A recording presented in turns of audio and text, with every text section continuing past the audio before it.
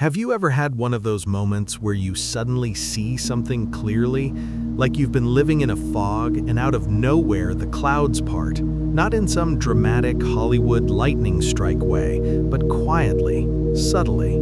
The kind of moment where you realize the problem you thought was out there, somewhere in the world, might actually be something you were carrying inside. Those moments are uncomfortable, they're humbling, they're also the beginning of freedom.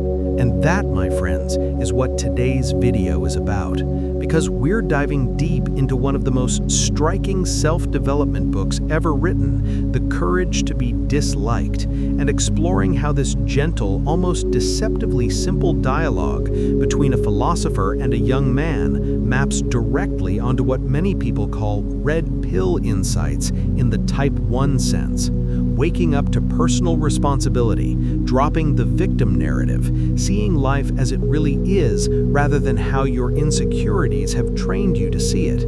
But unlike the harsh, confrontational voice that often comes with red pill frameworks, the courage to be disliked does something different. It delivers the same awakenings, but through warmth, clarity, and psychological depth. So today, we're bringing these two worlds together in a conversational, flowing way, revealing how the teachings of Alfred Adler, brought to life through this incredible book, explain the same truths many people try to discover through red pill thinking. Truths about agency, about freedom, about responsibility, about how much of what we call reality is actually our interpretation of it, not the thing itself. So grab a drink, get comfortable, and let's have a real talk. And hey, if you enjoy this video, please consider subscribing. These videos take a lot of time to make, so subscribing would be very appreciated. All right, let's get into it. There's this moment early in the book, The Courage to be Disliked, where the young man says something that most of us have thought at one point in our lives. Life isn't that simple. There are circumstances, there are traumas, there are things that happen to me that I didn't choose. How can you just say that people can choose happiness? And the philosopher answers with something that sounds outrageous at first. People fabricate their anger. And just like that, you feel the ground shift beneath your feet, because the philosopher is challenging one of the core assumptions many of us carry, that our emotions are reactions, not decisions, that our behavior is dictated by our past, that our life is shaped by what happened to us. And here's this calm, almost annoyingly gentle philosopher telling you the exact opposite, that your life is shaped not by the past, but by the meaning you assign to it. That you're not controlled by causes, but guided by goals you may not even be conscious of. This is where Adler's psychology intersects with what many people call the red pill in the self-development sense, because at its core, the red pill is about awakening to the fact that the stories you told yourself about life might have been comforting, but not true. Awakening to responsibility, your responsibility, in shaping the world you experience. Awakening to the idea that blaming circumstances might feel good, but it quietly takes away your power. Adler says, no experience is in itself a cause of our success or failure. The red pill says, life doesn't change until you take extreme ownership. Different language, same wake-up call. And the more you sit with that idea, the more uncomfortable it becomes, because it means the life you're living now, a life that might feel unfair or stuck or confusing, is at least partly designed by you. Not consciously, not also willingly, but designed nonetheless. Adler isn't saying trauma doesn't matter. What he is saying is that trauma is not destiny. Your interpretation of trauma is what becomes your compass. The red pill articulates something similar, that conditioning, upbringing, and social narratives shape your beliefs, but you are responsible for either waking up from those narratives or continuing to live under them. The book's entire premise is built on something profound, the idea that people are not shaped by the past, but the future they are trying to reach. So if someone says, "I'm lazy," Adler would ask, for what purpose? If someone says, "I'm insecure," Adler would ask, what goal is that insecurity helping you achieve? And suddenly you realize that many of the labels you've put on yourself weren't discovered, they were chosen. And that realization is heavy, because if you chose them, you can unchoose them, but you've probably become comfortable with them. That's one of the first red pill awakenings, realizing how much of your suffering is familiar suffering, predictable, safe, even if it hurts. The book gives an example that mirrors this perfectly. The young man says he has no confidence because of his upbringing or because of how others treated him. The philosopher responds gently but firmly. Not having confidence doesn't come from your past, it comes from the usefulness of that belief. If you believe you have no confidence, then you have a reason not to take risks, not to stand out, not to fail. This is the psychological version of unplugging from the illusion. The red pill says you tell yourself stories to avoid facing the truth of your potential.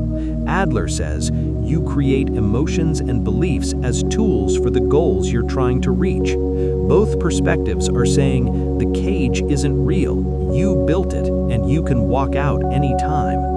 One of the most powerful parts of the book is the idea of tasks. Adler says that most of the suffering in life comes from intruding into other people's tasks or letting others invade yours. It's a beautifully simple idea.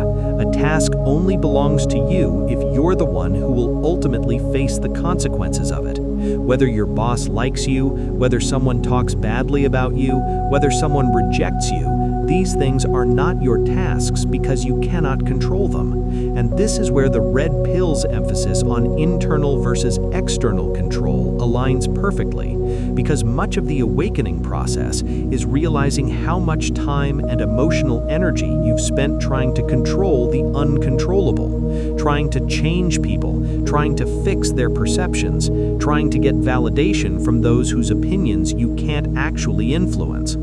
Adler's version of this truth is elegant. When you try to live someone else's life, you abandon your own. And that line alone can be a life-changing red pill moment, because it forces you to confront how much of your life has been lived in reaction to others, how much of your personality was shaped by seeking approval, how much of your limitations were adopted because you were afraid of being disliked.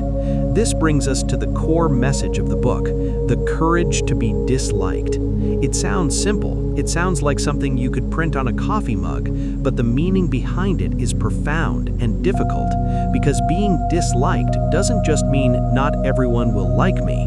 It means letting go of the illusion that your worth is determined by others. It means choosing authenticity over compliance. It means claiming your own life, even if some people reject you for it. It means valuing freedom over harmony.